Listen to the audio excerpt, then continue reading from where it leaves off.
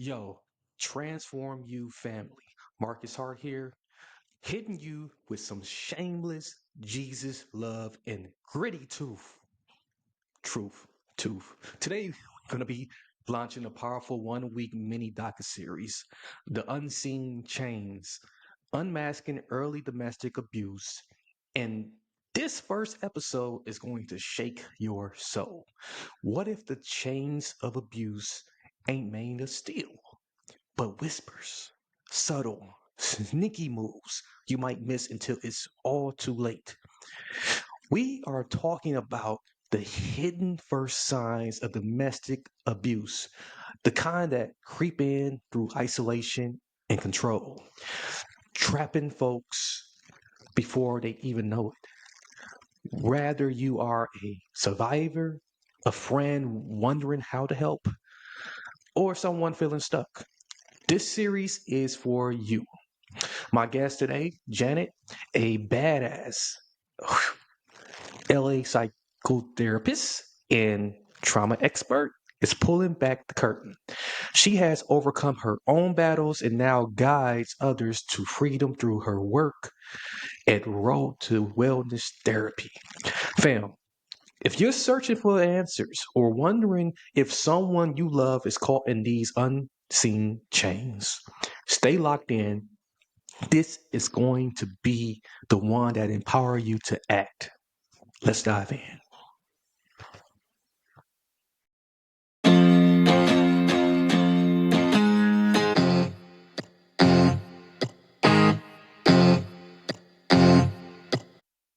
Now, before we roll on out though, if you are carrying spiritual exhaustion or feeling trapped yourself, what if one simple shift could cut that weight by 30%? Grab my free 3 minute prayer guide at marcus-hart.com to spark your breakthrough. Let's rise up together, fam. Now let's get to it. And one. Janet, officially welcome to the Transform You Live show. You are a licensed clinical social worker, trauma expert, and all around warrior for healthy relationships, dropping wisdom on Instagram and outlets like Dex Dexchill. Drop it. You have been featured in women.com as well, and there's another word I cannot pronounce, but that outlet is very incredible too. So I'm hyped to kick off the unseen chains with real talk for our survivors, hope seekers, and chaos fighters, and unmask some of these hidden signs. So are you ready? I'm ready. Great to be here. All right, Janet. Let's get raw and unmask the early red flags of domestic abuse that most folks miss. Do you think domestic abuse starts with a punch, but your work says it often begins with a whisper, sudden moves that feel normal at first? Yeah, so typically no. I mean, if you go out on a date with somebody and on the first date, they punch you, we know not to go back to that person. I mean, Exactly. that's kind of the typical response. So often in those initial early stages, you don't see overt signs like that. You actually see oftentimes a very, very charming individual, a very classy individual, maybe an Yeah. individual with a lot of power in their lives, like maybe they are CEOs of their own companies and things like that. So you don't see like overt necessarily abusive behavior.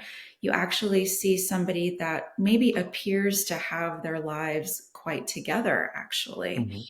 So in the beginning, you don't necessarily see certain things like that. You see somebody that actually is trying to impress you and is very impressive.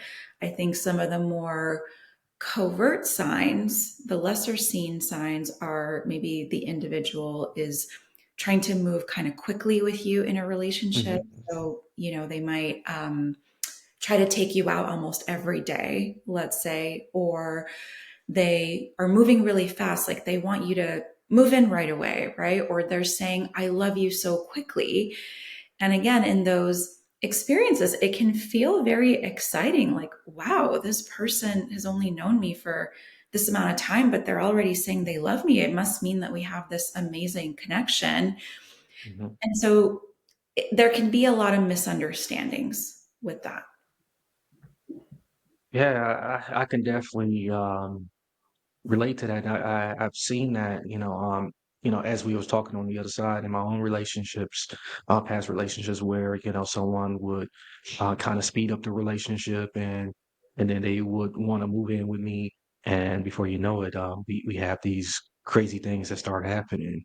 Um, you have talked about how these signs show up emotionally, socially, or and even psychologically, maybe like a partner criticizing your friends or checking your phone too much. What's one normal behavior that actually is a red flag, something sneaky that could fool even the sharpest person? Yeah, I mean, some of the things that you just mentioned, right? Like if they're starting to criticize the people in your life, your friends, your family, your coworkers, trying to get you to see them maybe in a different light or trying to really distance you and separate you. And if they say things like, well, if you loved me, then you would do this. If you cared about me, then you would do this. Like putting that level of pressure on you. And let's just be very Yeah. clear, that's not love, that's power and control. They're trying to take over certain power over you. That's definitely a sign that you don't want to ignore. And Mhm. then taking away any other powers that you might have. So, for example, if you really want to work and you love your job, and they might say, well, don't worry about your job, quit your job, I'll take care of you. That's another form of control. They might be wanting to take financial control over you so that you don't necessarily have your own money or your ability to make your own money. So, Yeah. anytime if the individual is presenting it as, I'm just here to help you, I want to support you, I want to make your life easier, when really the underlying desire is to take away something that could keep you feeling empowered, that is Mhm. definitely something to take a note of as well. And that's true. Love can be so blind and then we oftentimes lose, sight of the truth when our truth should be rooted in faith. There's a lot of people going to Google, searching signs of toxic relationships or how to spot emotional abuse. How do these early signs like put downs or controlling who you see start to chip away at someone's sense of self? Yeah, well, it's unfortunate. I mean, when you hear certain types of statements like that, like you're not smart or you don't love me, you're not lovable to me, right? Like that can really chip away at who you are, because at that point when you start hearing those statements from your relationship partner, you're already locked into that relationship. Typically there's already love there. There's typically a lot of, enmeshment, connection. You might be living together, your lives might be interconnected. So a lot of your belief system is in that person. So when you start hearing statements like that, it's not easy to just say like, I don't believe you. I don't know what you're talking about, right? Like Right. you're already so in each other's lives, and there's a lot of feeling and care there already. So it really does chip away at who you are, because you start questioning like, well, yeah, am I stupid? Am I not smart? Am I not seeing things the right way? Am I abusing them? Like this individual could turn things around and say, well, you're Yeah. the abusive one in the relationship, right? So you start really questioning your behaviors, your sense of self, your intentions, who you really are. That can definitely start happening, unfortunately. Janet, I must say, I'm really enjoying how you are putting light in the shadows, showing us how these whispers turn into chains. So now let's talk about how this escalates and why it's so hard to break free, even when you sense that something is off. Because victims, they often feel trapped, Janet, but it ain't always physical bars. Folks, Googling why do people stay in abusive relationships or psychological effects of abuse. What are those invisible chains that, seem like shame or fear of judgment that keep people stuck even before physical harm kicks in? Yeah. Well, look, what I need people to understand is that it is not black and white like that. Mhm. Even though, let's say, you're going through very, very terrible things in the relationship, the person is emotionally, verbally abusive. Let's not even talk about the bigger abuse of sexual abuse or physical violence, right? Right.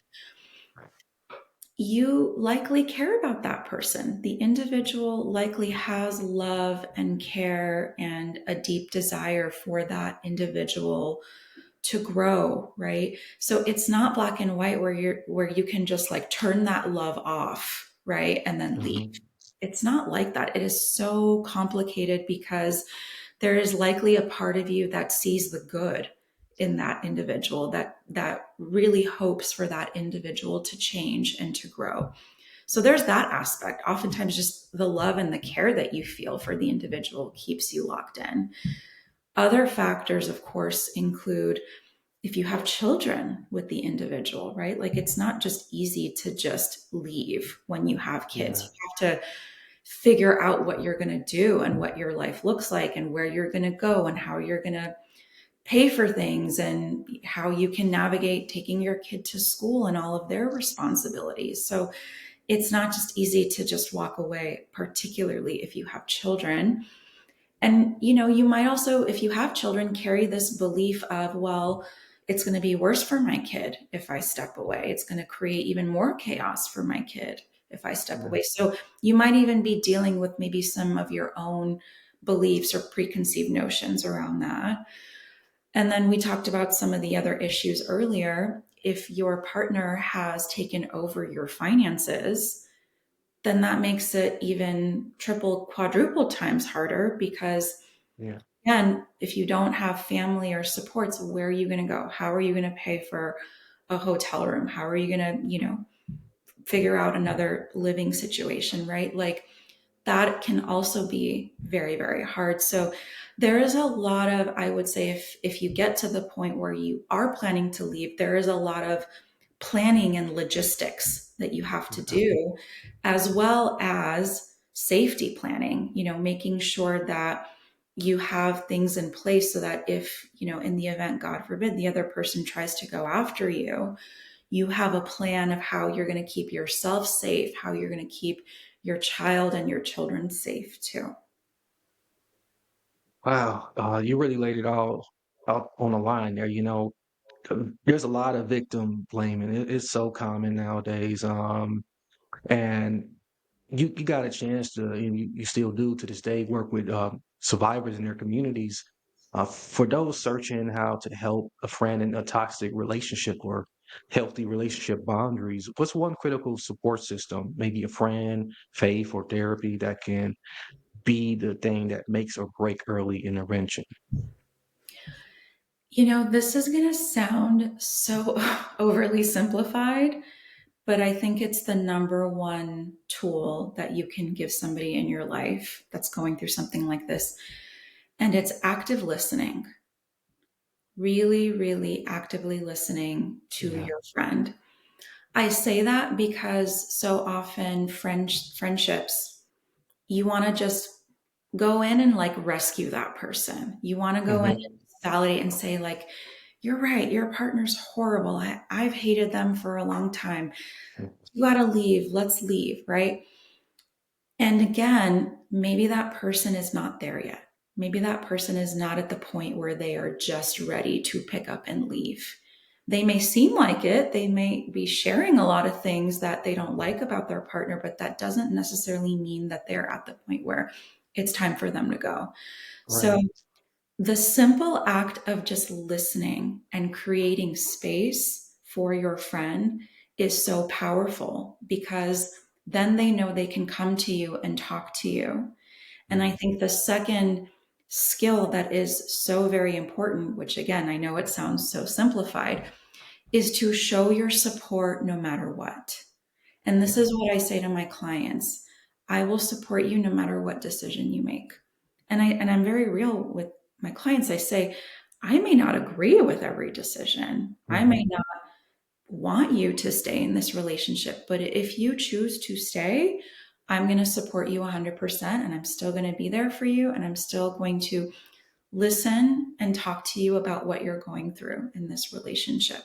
So that is a very important skill because your friend will need to know that you support them no matter what decision you make. Because if they Right. feel like you will only support them if they leave, you're kind of isolating them too, if you think about Mhm. it. So, active listening, showing curiosity about what they're going through, and then supporting them without judgment, no matter what choice they make. Man, Janet, you're giving our family tools to see what's hidden and act with love. How about we just wrap this up with how survivors and those who love them can break free and find hope? You walk through your own trauma, Janet, which gives you mad cred to guide others. For folks searching, healing from narcissistic abuse, or breaking free from toxic relationships, what's the biggest single hardest truth you faced in your own journey that now is the gasoline to help people power, or will help you be on your mission to empower others? Yeah, there's probably so much. I mean, I know for me personally, I personally kind of hit a breaking point where I just said to myself, I can't live like this anymore. Living like Mhm. this is making me feel so miserable, so sad, so depressed. And and essentially it was like my rock bottom, you know. So Right. it might mean that if it's not you, somebody in your life may need to hit that bottom for them to realize they need to make a change or start going to therapy or really talking to someone about what they're going through. I think that was definitely a big catalyst for me. And I think the next thing that really helped me was just kind of holding on to hope that there could be a new tomorrow, that maybe Mhm. tomorrow might still be hard. Maybe things don't change obviously overnight, but there could be hope for a new beginning or a new life or a new vision for a different kind of life. So if you can do your best to hold on hope that there is something much better for you on the other side of this, I really recommend doing your best holding on to that. Or if you have a friend that really believes that for you, or if you're in therapy, if your therapist really believes that for you, really hold on to that feeling and hold on to that relationship because that can also help carry you through to the other side for sure. Whew. It's definitely opening up some old memories, and the way I transitioned, through a lot of those dangerous relationships. And whew, you give us some practical advice, some real good insight here. And we've been practical all day, and let's get even more practical for our survivors and advocates. What's one actionable step, maybe a life audit or setting a boundary they could take today to start reclaiming their self-worth and building a healthy relationship? And maybe tell us a little bit about any, you know, way people can get in touch with you, and any therapy services or resources you got. Yeah. So I'm located in Southern California. I'm in Los Angeles, California. So if you want to learn more about my services, my company is called Road to Wellness Therapy. So you can go to roadtowellness.co and Yeah. find my information there. I'm also on Instagram and TikTok at Therapy with Janet B. So a lot of my resources are there as well. I would say one thing that I think is a little bit oversimplified and underrated, but I think it's actually very powerful, is educating yourself. Hmm. Because if you're not ready to leave the relationship, if you're kind of at a point where you're questioning the relationship, but you're sort of unsure, is this relationship toxic? Is this relationship abusive or not? I'm not really sure. I don't know. Educate yourself, read books on what abusive relationships might look like, read books on codependency, read books on toxic traits, gaslighting, things like that, so that Yeah. you can just have a better knowledge on What do these things look like? And then you can almost do like an assessment of your life. Am I experiencing this in my personal life or not? Educating yourself, I don't care what stage of life you're in, when you can educate yourself, that is one way to really hold on to yourself and hold on to your power. And then I think Yeah. the next step is often to ask for help. So that might mean working with a therapist, that might mean working with a coach, whatever avenue works best for you. I highly encourage taking that next step. And the beautiful thing about therapy is that it's confidential and you Hmm. do not have to tell anyone about it. You don't have to tell your partner. You don't have to disclose it. So if you want to start sort of thinking about and exploring your life and really questioning certain things about life, you can start talking to a therapist, getting sort of an unbiased opinion on some of the things that you're going through. So I would also highly recommend those two things as almost like a first step. Well, that last part is so powerful. Therapy is definitely a good way to like find, faith and renewal, and it helps you through the trauma, and it helps you to unlock things about yourself you didn't really knew was there to help you find new passions, perhaps, especially with coaching, finding new passions. It's very important for post trauma and also while you're going through trauma. Um, so, what's one question that you ask yourself daily to stay grounded in your purpose and help others break the cycle of abuse? One question I ask myself, like for me personally or for my Yeah, clients. for you. Yeah. So I am very blessed and lucky that I'm not in an abusive situation now. So I don't have to ask myself very hard questions like that. But Yeah, in the stage that I'm in right now, I think a big question I ask myself is, do I feel grounded right now? Or do I feel like I'm avoiding? Or do I feel distant from myself? Do I feel checked out? The reason why I ask that is because our body sort of gives us information that maybe even our minds are not ready for. So if I'm not feeling grounded, I might feel in my body like anxious or shut down, different things like that. So I asked myself that question because if my body is feeling anxiety, that means that maybe there's something I need to look into a little bit more deeply. I yeah, also asked myself, am I avoiding something? That's an important question because if there is something that I'm avoiding, then there's something hard or challenging in my life that maybe I'm not ready to look at. So I would say those might be some of the questions that I can do a little bit of like self-assessment on the daily. yeah. Excellent. Janet, whew, you dropped some straight fire today, and this work is very helpful for not only for those out there, but for me, and for those who are still um on their recovery journey, um, transitioning. You're spot on. You're empowering our family out there to spot these unseen change and take actions. So, I'd like to close with that. And, I really thank you, so much for joining us today and coming on board. Thank you. It was a pleasure. I'm so glad that this was helpful to others. Excellent.